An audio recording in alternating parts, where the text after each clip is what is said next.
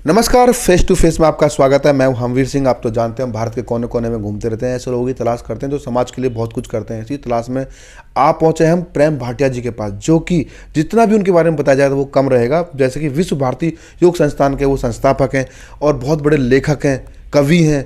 उनसे जानेंगे उनके बारे में। सर, आपका स्वागत है फेस टू फेस में। नमस्कार जी सर, मैं जानना चाहूँगा आप योग के इतने नज़दीक कैसे आ गए? ऐसा क्या हुआ जो योग के आप बहुत ही नज़दीक है, योग गुरु हैं आज? मैं बम्बई में था जी। और ये बात है करीब 80 या 75-76 की बात है जब मैं बम्बई में था। और खूब सारा काम करता ही है ना आदमी, और करियर बनाने की धुन रहती है। जी सर। कुछ कमाने की भी धुन रहती है। जी सर। तो दिन रात लगे रहे हम। जी। और थोड़ी थोड़ी तबीयत बिगड़ती है, जी सर।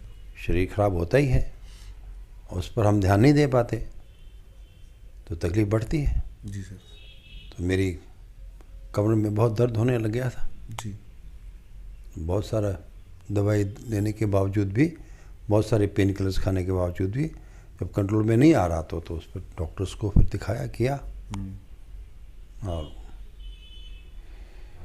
उस वक्त सीटी स्कैन वगैरह नहीं होता था, तो माइलोग्राम हुआ।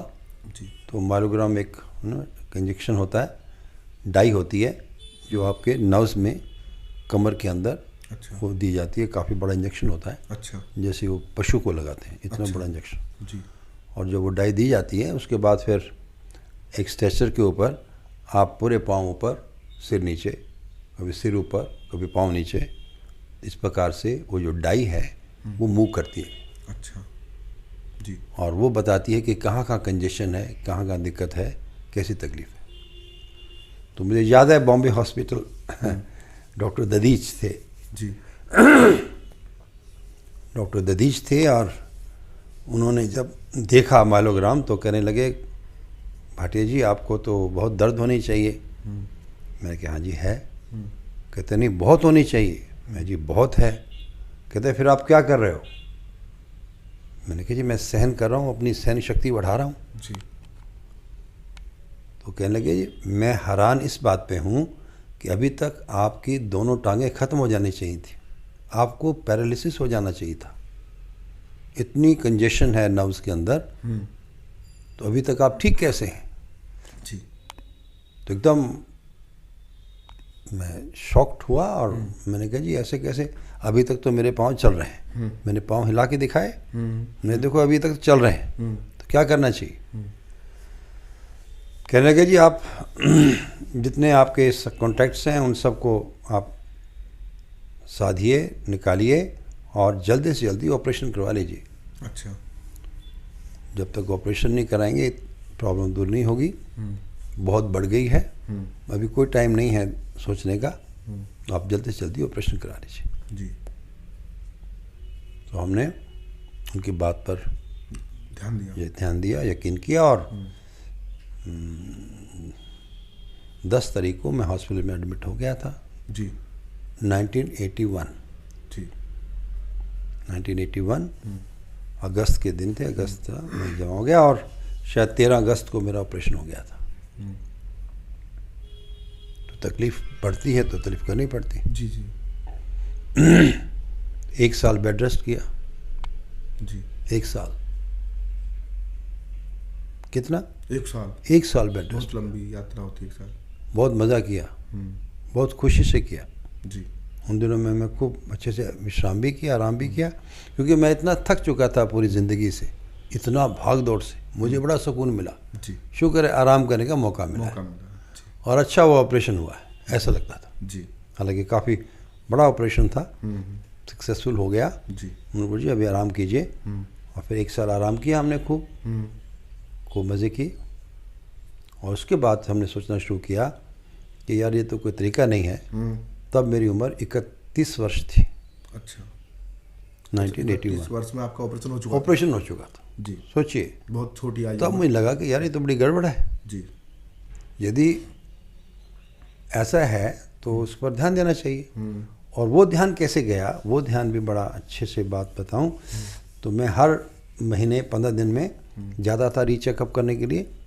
तो हमारे डॉक्टर थे डॉक्टर JCN जोशीपुरा, पारसी थे, और उन्होंने ऑपरेशन किया था। अब तो इस संसार में नहीं है। उन्होंने जो बात कह दी थी, क्या कमाल कह दिया था। उस बात से शुरू हुआ जी समझना कि क्या चक्कर क्या है और करना क्या चाहिए। करीब 3 महीने के बाद मैं एक बार जब गया तो मेरी कमरे में वापस दर्द हो रहा था जैसा पहले था। अच्छा, बिल्कुल वैसा का वैसा जी। तो मैंने कहा डॉक्टर साहब ये वापस दर्द हो रहा है, बहुत दर्द हो रहा है, so painful, I can't move, I can't change my position, बैठना उठना मुश्किल। मैं ये तो क्या हो गया, ऑपरेशन का क्या चक्कर हुआ? तो उन्होंने चेकअप किया और मुझे बड़े ऐसे ही पूछा कि आपने वो एक्सरसाइजेस की हैं जो मैंने बताई थी। मैंने कहा डॉक्टर साहब वो ना 5-10 दिन हो गए वो नहीं कर पाया, ये हो गया वो हो गया वो आ गया, है ना, ये बहाने करते हैं ना आदमी। जी जी। तो कहने के देखिए मिस्टर भाटिया, 18 मन के हैं, वर्टिब्रास हैं हमारे कमर में, आप 18 ऑपरेशन करा सकते हो, मैं आपका दूसरा ऑपरेशन नहीं करूँगा। जी। आपके पास पैसा होगा, आपके पास ताकत होगी, आप 18 ऑपरेशन करा सकते हो, मैं आपकी दूसरी बार चेकअप ही नहीं करूँगा। जी। और एक्सरसाइज नहीं करोगे तो मैं कुछ भी नहीं करूँगा, कुछ भी नहीं कहूँगा। जी। तब मुझे लगा कि एक्सरसाइज इतनी इंपॉर्टेंट थी और इसकी वैल्यू यदि हमें पहले पता चल जाती तो शायद मुझे ऑपरेशन भी नहीं कराना पड़ता। इस वजह से आप योग के करीब आ गए। जी। और ये विश्व भारती योग संस्थान की नींव आपने कब रखी? देखिए 81 से जब मैं ऑपरेशन हुआ और ढूंढना शुरू किया तब मुझे लगा कि क्या एक्सरसाइज ऐसी होनी चाहिए जो हर आदमी कर सके, 10 साल से बच्चा भी कर सके, 90 साल तक वो काम आ सके। तो वो एक्सरसाइज कैसी होंगी? तो मैं उस एक्सरसाइज के टाइप को ढूंढना शुरू किया था मैंने। जी। और मैं बहुत सारे एक्सरसाइजेस को देखा और करते करते करते करते मैं योग में आया। जी। योग के बहुत सारे एक्सरसाइजेस को देखा, योग बहुत सारे संस्थानों में गया कि वो कैसे कैसे योगाभ्यास करा रहे हैं। मुझे कहीं भी संतुष्टि नहीं हुई। जी। मुझे लगा नहीं कुछ गड़बड़ है, ये कंप्लीट नहीं है, ये एक अच्छा पैकेज नहीं है। जी। तब हमने अपने साधना से, पूरे मनन से, पूरा विचार करने के बाद फिर हमें पकड़ में आया कि ये अभ्यास का सिस्टम होना चाहिए। अच्छा। वो बिल्कुल एक नया अनुसंधान हो पाया जी। कि इसके पूरी तकलीफ पाने के लिए मैं जो भी तकलीफ आपकी है वो उससे ठीक हो जानी चाहिए, नंबर 1। दूसरा, हर व्यक्ति कर सकना चाहिए। जी। बीमार से बीमार आदमी भी बेहतर होने की पोजीशन में होना चाहिए। ये मेरे कुछ क्राइटेरिया थे। हाँ, मतलब तरीके आप जो थे, तरीका हाँ ढूंढ रहे थे। हाँ योगाभ्यास कैसा होना चाहिए जिससे हम बिल्कुल स्वस्थ हो जाए। बीमारी कोई भी हो वो आपकी, अभ्यास यही। जी। और 10 साल का बच्चा भी कर सके, 90 साल का आदमी भी कर सके, बीमार से बीमार भी कर सके। तो ये कुछ ऐसा सोचने की मैं कोशिश कर रहा था, ऐसा कुछ वर्कआउट करने की कोशिश कर रहा था, ऐसा एक होलसम सिस्टम बनाने की कोशिश कर रहा था जो बन गया। एक मैं समझता हूँ कि बड़ी कब की बात रही? सौभाग्य की बात है। ये बात है करीब 90 की। 90। मुझे 10 साल लगे। जी। सर, अपना जो विश्व भारती योग संस्थान है, इसके प्रमुख उद्देश्य क्या है? हाँ, उद्देश्य यही कि जो तकलीफ हमें आई है वो आपको ना आए, वो किसी को ना आए। जी। हम इतनी तकलीफ पाए, किसी और को तकलीफ ना हो, इसलिए तो लोग एक बीमारी लेके जाते हैं, कई बीमारियों को लेके आते हैं, तकलीफ करते, उस बीमारी का इलाज होते होते कई और बीमारी हो जाती है। तो हमने देखा कि सबसे सेफ क्या हो सकता है जो उसी बीमारी को ठीक कर दे और बीमारियां ना हो। जी। तो इसलिए योग का ये जो सिस्टम निकला इतना शानदार निकला कि बड़े आराम से आगे बढ़ा जा सकता है। विश्व भारती योग संस्थान भारत में किस तरीके से काम कर रहा है? विश्व भारती योग संस्थान हमने नाम ही ये सोच के रखा था कि देश में विदेश में योग का नाम फैले, योग आगे बढ़े और लोग इस पर जुड़ें, लोग इसको समझें और इसका फ़ायदा उठाएं। और ये देश में ही क्यों, विदेश में क्यों नहीं, तो हर जगह पर ये जा सके, ऐसा हमने आधार बना करके, ऐसी भावना बना करके इसको शुरू किया था। और यहीं पर ही शुरू किया था, प्रियदर्शनी विहार में ही। जी। ये जो 7 वाला मकान था, एमन 38 में हम थे और वहीं से शुरू किया था, अपने हॉल में ही शुरू किया था, ताकि धीरे धीरे देखते हैं कैसा होता है। तो धीरे धीरे आगे बढ़ते गए, लोग काफ़ी जुड़ते गए।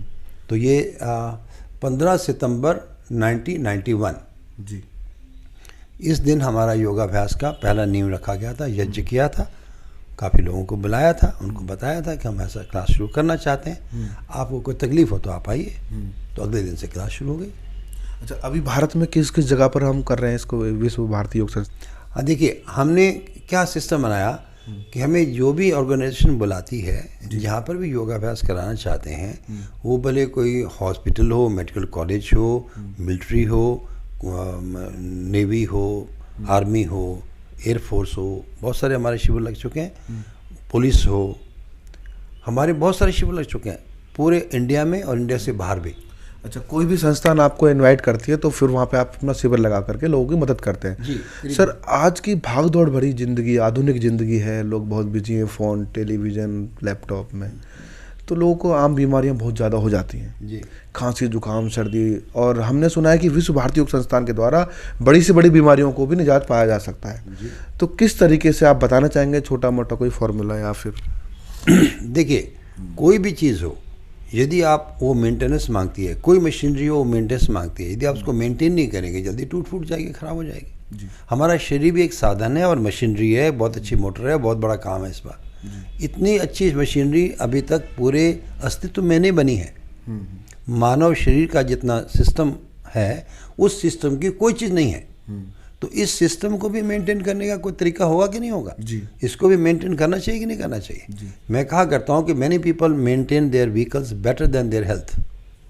उनके व्हीकल ज़्यादा अच्छे हैं उनकी हेल्थ से। जी। ठीक है ना? तो उनकी हेल्थ कैसे ठीक हो पाए, इसका कौन जिम्मेवार होगा? सरकार जिम्मेवार होगी, डॉक्टर जिम्मेवार होंगे, पेरेंट्स जिम्मेवार होंगे? नहीं, खुद से खुद लेना पड़ेगा। खुद जिम्मेवारी लेनी पड़ेगी कि वो जिम्मेवारी लें कि वो स्वस्थ रहेंगे। जी। जैसे मेरा behaviour is my responsibility, my behaviour is my responsibility, your behaviour is your responsibility. Yes sir. Similarly my health is my responsibility, it's nobody's responsibility. तो हमें अपनी सेहत का ध्यान रखने के लिए खुद जिम्मेदारी उठानी पड़ेगी, मेहनत करनी पड़ेगी। नेचुरली यदि आप तैयार नहीं हैं तो it means you are irresponsible, और आपको बीमार होना ही चाहिए। आपको बीमार होंगे ही। कोई ताकत आपको बीमार होने से रोक नहीं सकती, आपको डिट्रिएट होने से कोई नहीं रोक सकता। सर, योग के द्वारा मानसिक बीमारियों को भी दूर किया जा सकता है, शारीरिक बीमारियों के अलावा? शरीर में बीमारी कब आती है? जब ये लगातार मन पर आती है, उसको हम ध्यान नहीं देते हैं, उसके ऊपर और मजामारी करते रहते हैं, फिर वो धीरे धीरे शरीर में आ जाती है। जी। पहले मन में ही आती। आज सारा विज्ञान कह रहा है कि 95% ऑफ द डिजीजेस और साइकोसोमेटिक डिजीजेस, साइकी से जुड़े हुए हैं, मन से जुड़ी हुई हैं, वो बीमारियां धीरे धीरे प्रेसिपिटेट होती हैं जब एड्रेस नहीं होती हैं। तो जो पहली बात हो रही थी हमारी कि यदि आप अपने उस पर नहीं ध्यान देंगे, अपने आप पर ध्यान नहीं देंगे और फिर बीमार होंगे ही। जी। तो जी सर। तो हमें ना लगता है कि हमारा ध्यान कोई और रख लेगा। बीवी सोचती है पति रख लेगा, पति सोचता है बीवी रख लेगी, बच्चा समझता है मेरी माँ रख लेगी, माँ समझती है मेरे वो बेटा रख लेगा। मुझे ऐसा लगता है, एक शेर अर्ज कर दूं? जी सर, बिल्कुल। किसी का ख्याल कितना ख्याल होता है, जी। किसी का ख्याल कितना ख्याल होता है, अपना ख्याल होता है। जी, बहुत बढ़िया सर, बहुत बढ़िया। जितना ख्याल आप अपना रख सकते हैं, क्या इतना कोई ख्याल रख सकता है? नहीं सर, कोई नहीं रख सकता। ये रूटीन में भी ऐसा होता है। मम्मी पापा को सभी बच्चे कहते हैं, मम्मी पापा आप अपना ध्यान रखना। हमारे बच्चे कहते ही हैं हमें, और हम भी बच्चों को क्या कहते हैं? बच्चों आप अपना ध्यान रखना। तो हर एक आदमी यदि अपना ध्यान रखने के लिए सतर्क हो जाए, सजग हो जाए, जी, तो फिर तकलीफें खत्म हो जाएंगी। जी बिल्कुल। यदि मैं अपना ध्यान नहीं रखूंगा तो मुझे आप मेरा कितना ध्यान रख लेंगे? बिल्कुल सही बात है। कितना ध्यान रख लेंगे? सोचिए, हमारी पूज्य माता जी 99 + 12 डेज होके गई हैं, 99 वर्ष और 12 दिन जी के गई हैं, जी, बिना किसी तकलीफ के, बिना किसी बीमारी के। और उन्होंने बहुत ध्यान रखा। उन्होंने अपना पूरा ध्यान रखा और उन्होंने योगाभ्यास शुरू किया। पता कब? माँ अक्सर बच्चे की कोई भी काम होता है ना, वो मानती नहीं है, उसको भाव देती नहीं है बच्चे को। बच्चे को क्या भाव देना, उसको तो उसने पाला पोसा बड़ा किया है। जी जी। तो हमारी माता जी भी ऐसी थी, वो कहते कुछ नहीं, कोई बात नहीं, तो योगा जितनी मर्जी करा ले, मैं नहीं करूँगी, नहीं करी। तो 78 वर्ष की आयु में उन्होंने शुरू किया योगाभ्यास करना। अच्छा 78 वर्ष में सीखा। अच्छा, बहुत बढ़िया। वो भी एक एपिसोड बाद में कभी बात करेंगे। तो वो जब उन्होंने सीखा, उसके बाद 1 सप्ताह मैंने उनको सिखाया। मैं माता, हाथ जोड़ के निवेदन है, आपकी तकलीफ़ में मैं क्या कर सकता हूँ? आपको दवाई ला दूंगा, आपको डॉक्टर के पास ले चलूँगा, लेकिन आपकी तकलीफ़ को शेयर नहीं कर सकता हूँ। और मेरे कोई सेवा करने का कोई इंटरेस्ट नहीं है। मैं चाहता हूँ आप अपना ध्यान रखना शुरू करो। बहुत बढ़िया। कुछ जितना ध्यान आप अपना कर सकते हो, क्या खाना है, कितना खाना है, कब सोना है, कितना काम करना है, नहीं करना है, आराम करना है, ये आप देखेंगे, मैं कैसे देख सकता हूँ? बिल्कुल ठीक है ना। तो मैंने उनको कहा आप थोड़ा सा ध्यान दीजिएगा, और उन्होंने ध्यान देना शुरू किया।